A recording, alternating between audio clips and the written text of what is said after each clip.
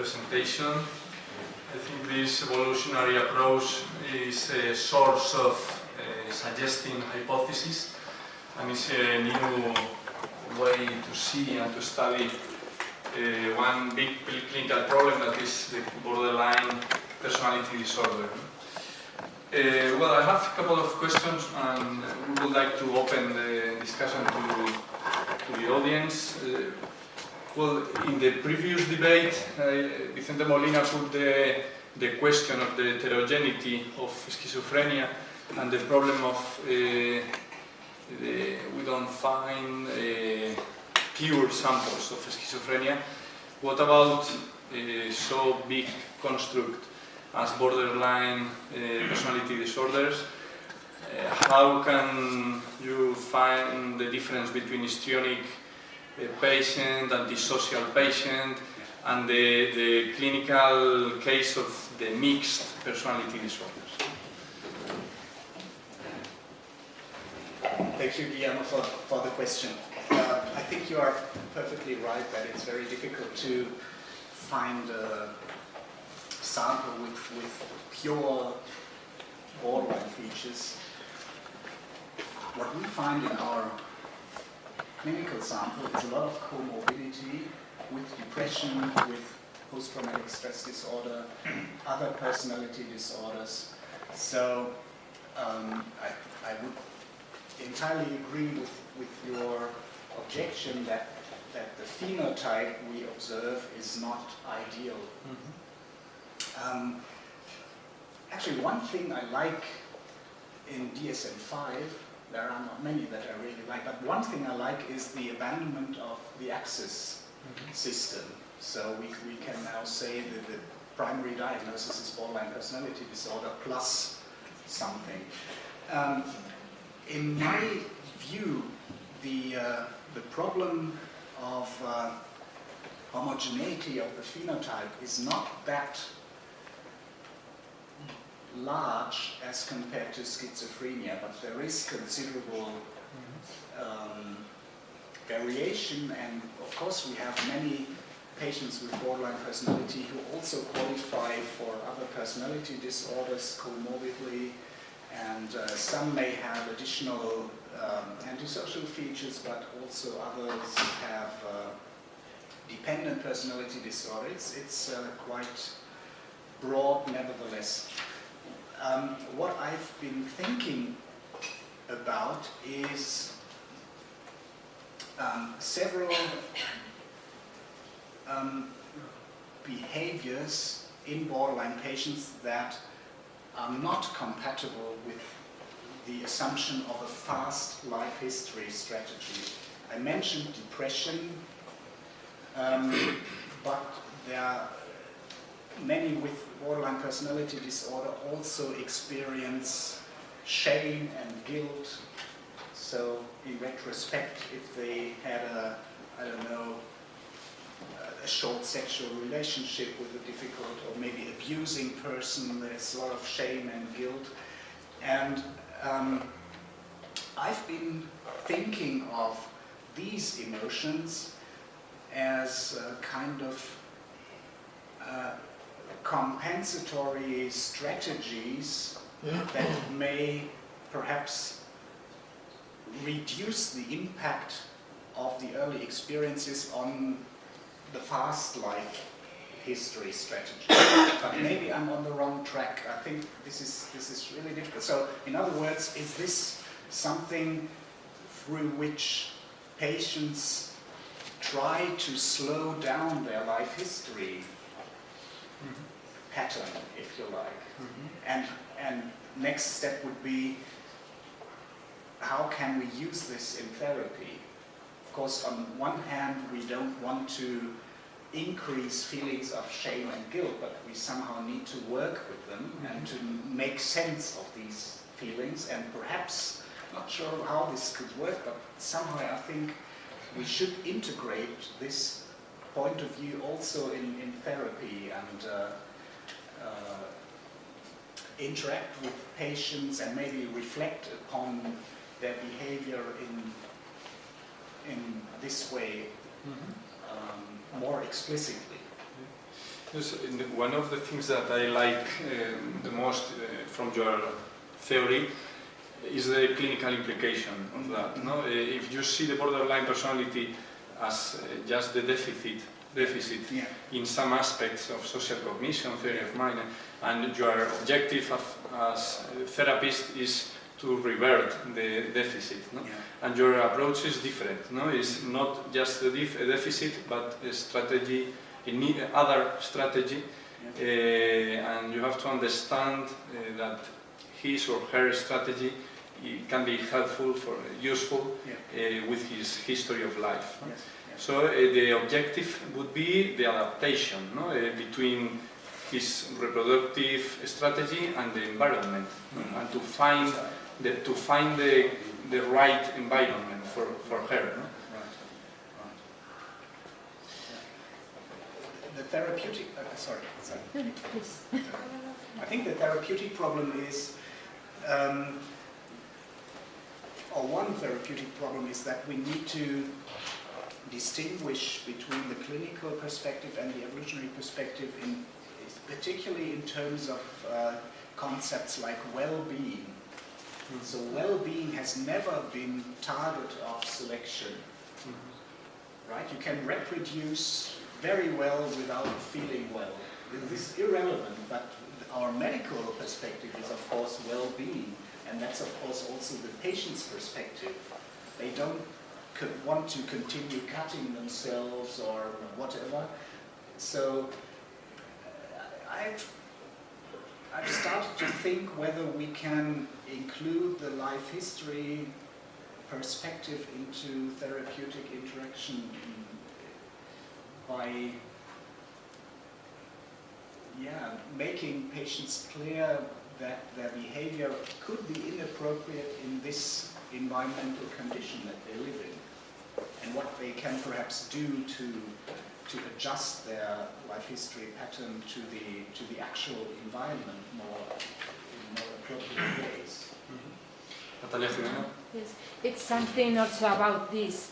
I think BDP could be viewed as a stress disorder, no? From this point of view. You have mentioned the relation with physical abuse and child abuse, sexual abuse in the infancy, so that's data. And also you have mentioned at the end that BDP could be viewed as a cascade of stress responses. So this might be useful also for therapy, no? Yes. Some techniques of stress could be useful in therapeutic of this disorder. Yes. And that is a question, if you can comment something more about it. And then a certain question, a technical question, is how much time is there between the administration of oxytocin and more or less the performing of the assessment and experiments? I have no idea about this. Yeah. To your first question, I think that's a very good suggestion to take the stress cascade as a model to explain also to patients what can happen if someone has bad early experiences and so forth, and how this can leave biological marks on behavior, but also on biology later in life, and how this could be perhaps adjusted or partly reversed by therapy. So I agree, and I think dialectic behavioral therapy doesn't explicitly utilize the model of stress cascade, but indirectly it includes means of stress reduction, of course, in the therapeutic program. So that's perhaps what I can say to your first question. And second question, the usual window between oxytocin administration and task performance is 30 to 45 minutes. So after intranasal administration of oxytocin, you have to wait for around 30 to 45 minutes, and then you have a very short time window to do your experiment, which is also not longer than another 45 minutes at best, and afterwards the effect is probably has probably disappeared because it has a very short half-life, and yeah, this also brings me to another shortcoming of the study. What we can't control, of course, we're unable to control how much of the oxytocin administered intranasally actually reached the brain. That's ongoing debate and quite difficult, or maybe even impossible to study properly in humans at least. There is some very recent monkey studies. It's quite interesting. Again, some related to evolutionary theory. So other primates can serve as a model in some respects. So if you give monkeys oxytocin via a nebulizer, so the room is full of oxytocin, you can measure increases in central oxytocin levels. So it seems to have some effect. Martin, nothing else? I would like to know your opinion on disease and on mental disease particularly. Habitually we think that disease really exists because we use the concept of nosological entity from Seminarium, thinking that disease are really are mature physical processes. For example, like pregnancy. Pregnancy, we know the future in 9 months. It's a biological regularity. But on the other hand, we have constructs, for example, as being political from the right or from the left. What's your opinion? Mental disease are really nature regularities, or are only epistemological constructs from the medicine?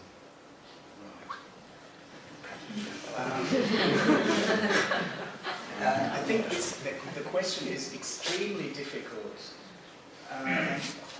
I must say I haven't come to a firm conclusion for myself. One thing I would say is that mental disorder is in many ways distinct from somatic disorder, although there is also overlap, especially with regard to stress system and so forth. And I think the boundaries between what most of us would consider normal and disordered is much more unstable and shaky with regard to mental disorder.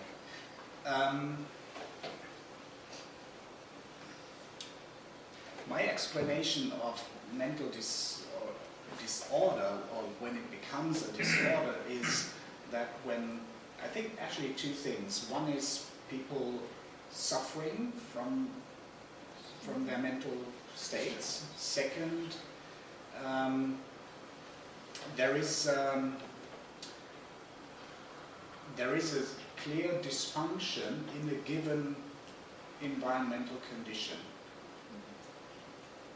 So our environmental condition suggests that we should perhaps lead slow life history, or follow slow life history patterns, but maybe in environments of where the environment is much more unstable, like say during wartime, famine, whatever, it might be more adaptive to assume a fast life history pattern. So it's, I think, basically our concepts of mental disease or disorder are inseparable of our concepts of society. But this is a very vague, I admit, vague description. But this is the best I can tell. from my perspective. Because we can say that a mental disorder is the loss of the capacity for the adaptation to society. Yeah, that's a good description. Yes, that's a very nice definition. I would agree. Yes, yes. More easy questions with the Molina. Well, I guess mine is not easy. First of all, thank you for your talk. It's been very suggesting. It's been very stimulating. Thank you. And I agree with you in the evolutionary perspective on mental illness and on human conduct in general. But when I think about the evolutionary perspective, I usually think about antisocial disorder or antisocial personality, because I can see this behavior, more advantageous in a Pleistocene, in the Pleistocene, because then if you were impulsive, it can be interpreted as you are brave. If you are novelty seeking, you are a very good explorer, and this is very advantageous for you and for the group. But on the other hand, I cannot see very well what would be the advantages in this environment or in the posterior environments in the later societies, Middle Ages, and in traditional societies in general, of borderline personality disorder, because as we can see, as a clinician, I am not an expert in borderline personality disorder, but I think I have read something about the prevalence rates of personality disorder in developing countries. For instance, in Turkey, this is very low rate, but in Ankara, the rate increases dramatically. And it's my impression that here in Spain also the immigrants have very low rates of borderline personality disorder, but their daughters they have a much increased rate. So the question is, how can we interpret in the evolutionary terms this very high effect of the kind of society? Is it perhaps that antisocial, that this nowadays society is protective,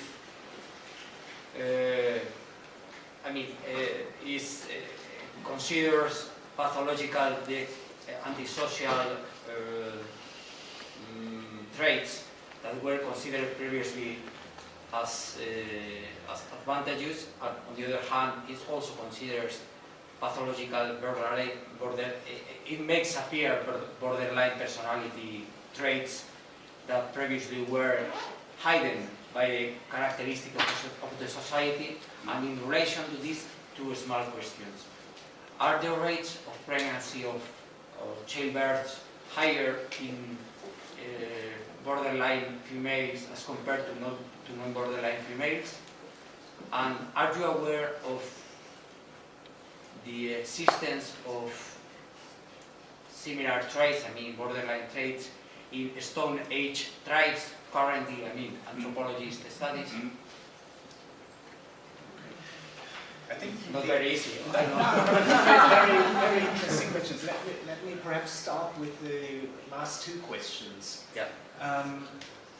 As far as I know, there is nothing known about people with borderline traits in hunter-gatherer societies, but also nothing about, or very little about, antisocial characters. Because if you look at antisocial personality disorder from an ecological point of view, it is quite clear that societies can bear only a very small proportion of antisocial people, because if, for example, a person with antisocial traits has greater reproductive success, children and so forth, and antisocial traits are more prevalent in the coming generations, then at some point the cohesion of a group no longer works.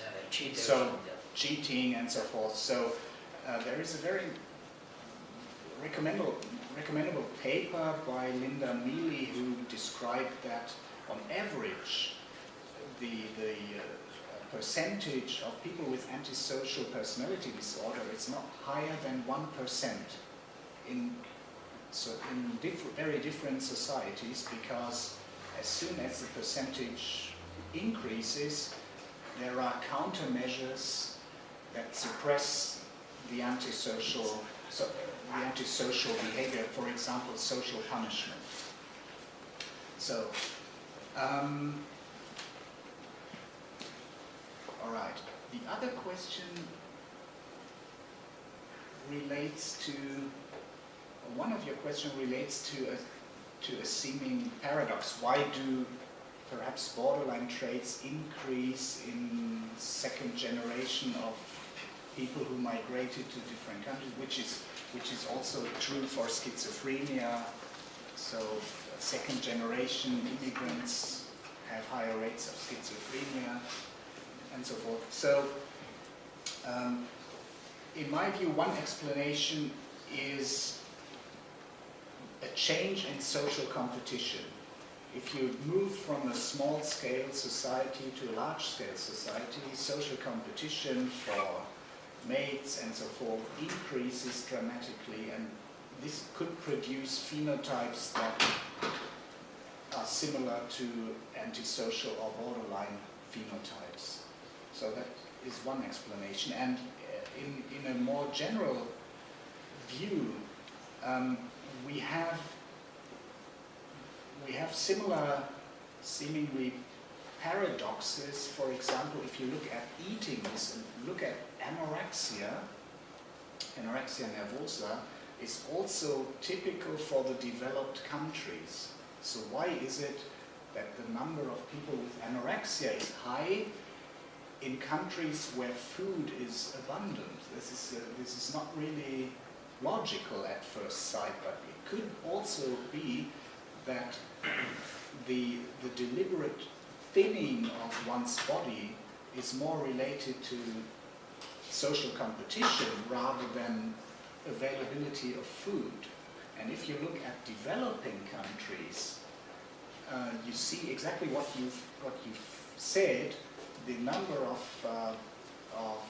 anorexics increases with increasing wealth, actually. And it's also something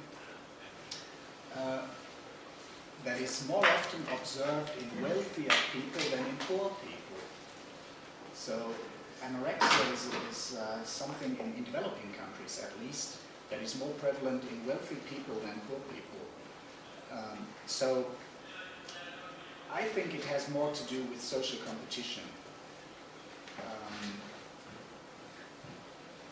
And this could be an evolutionary explanation why some neuropsychiatric disorders increase when the environment changes. There's also very nice data from the 1970s already, where Fuller-Torrey looked at the incidence rate of schizophrenia in Papua New Guinea. As you know, Papua New Guinea was composed of tribal societies until the 1960s, and then the Indonesians kicked in on the western side and the Australians on the eastern side. And with increasing contact with our modern environment, the incidence rate of schizophrenia increased within years, few years. So this can't be genetic, right? So I think these peculiarities of the social environment play a big role in the production of certain phenotypes, some of which we consider a disorder or a mental illness or something. Maybe this is part just the point of the number of pregnancies. I'm sorry. Yeah, very important question. As I said in my talk, I think this is very difficult to rate because of the birth control mechanisms we have. what we found is that a subset of patients with borderline personality disorder, female patients, has more children from different fathers. So they may have 2, 3 children, but from different relationships. So, which, in my view, is in line with the opportunistic approach that they may take in terms of mating behavior. Not sure if the total number is higher. I would think it's not measurable. Not measurable. Traditional societies, females have more children than borderline females in this society. That's right. That's right. That's right. But also because of higher rates of higher death rates of infants in yes, of course, undeveloped countries. Yeah. But from this point of view, the opposite strategy would be more successful in terms of reproductive success. I mean, the opposite. I mean, the stable, the slow life, as you mentioned, would be more successful in traditional societies than the fast life in this society, and the borderline lifestyle in terms of the reproductive strategy. That's right. Yes. Yes. Helen? Mine's going to be really quick and easy question. It's regarding the BART study. Is there another study with successfully treated BPD patients using oxytocin? Does it reverse the results, the paradoxical results? And if the oxytocin paradoxical result could be used as a marker for diagnostic clinical BPD patients? Mm-hmm. That's 2 cool questions, but I can't answer them. I'm not aware of a study using oxytocin in successfully treated borderline patients. I haven't come across such a study. And indeed, it's interesting. It could be a biological marker, but another interesting biological marker could be perhaps methylation of the oxytocin receptor in people with borderline personality disorder. But there's as far as I know, very little research or very little data available so far. One question, what can you tell us about the role of vasopressin and testosterone in the trust game or the trustful of healthy controls and bipolar? Vasopressin and testosterone and the difference between male and female. Right. As far as I know, there is some controversy about the role of testosterone in trust behavior in neuroeconomic games, at least in women. So I think there are studies showing that high testosterone promotes trust, and other studies showing that it's associated with decreasing trust. So that I think it's not really decided how to interpret these data. And vasopressin studies,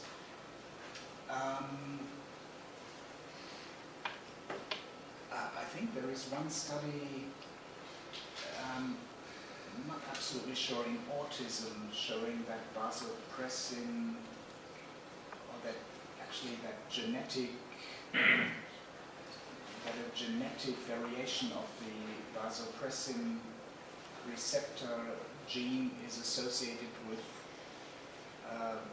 more pro-social behavior than another, but I should look that up. I don't know that spontaneously. I'm sorry. Roberto Rodriguez, please. Thank you, Martin, for your presentation. I have a practical question for you. In our clinical practice in Spain, I don't know in your country, a lot of borderline patients are treated with multiple pharmacological agents. antidepressive agent, anxiolytics, and antipsychotics, one, and long-acting antipsychotics. What do you think about this use of the pharmacological agents in this disease or in this problem?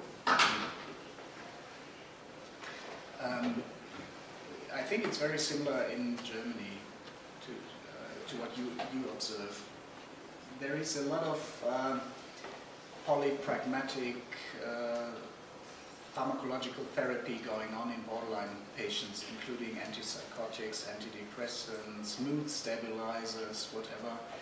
And we have many patients who come with a quite sometimes curious mix of different substances. My personal, but this is not scientific, my personal view is that it's sometimes, that such a polypragmatic approach sometimes reflects the helplessness of the therapist. So, especially for patients where there is no provision of proper psychotherapy. And actually, of course, it can dampen impulsivity and symptoms like that. And what we try to do in many patients that we have as inpatients is to reduce medication once patients have started to learn other behavioral strategies to cope with stress. So they enter a DBT program in our hospital. And there are some patients coming with fairly high doses of different medications, and our observation is that in many patients it's possible to reduce medication or even abandon medication altogether. It's sometimes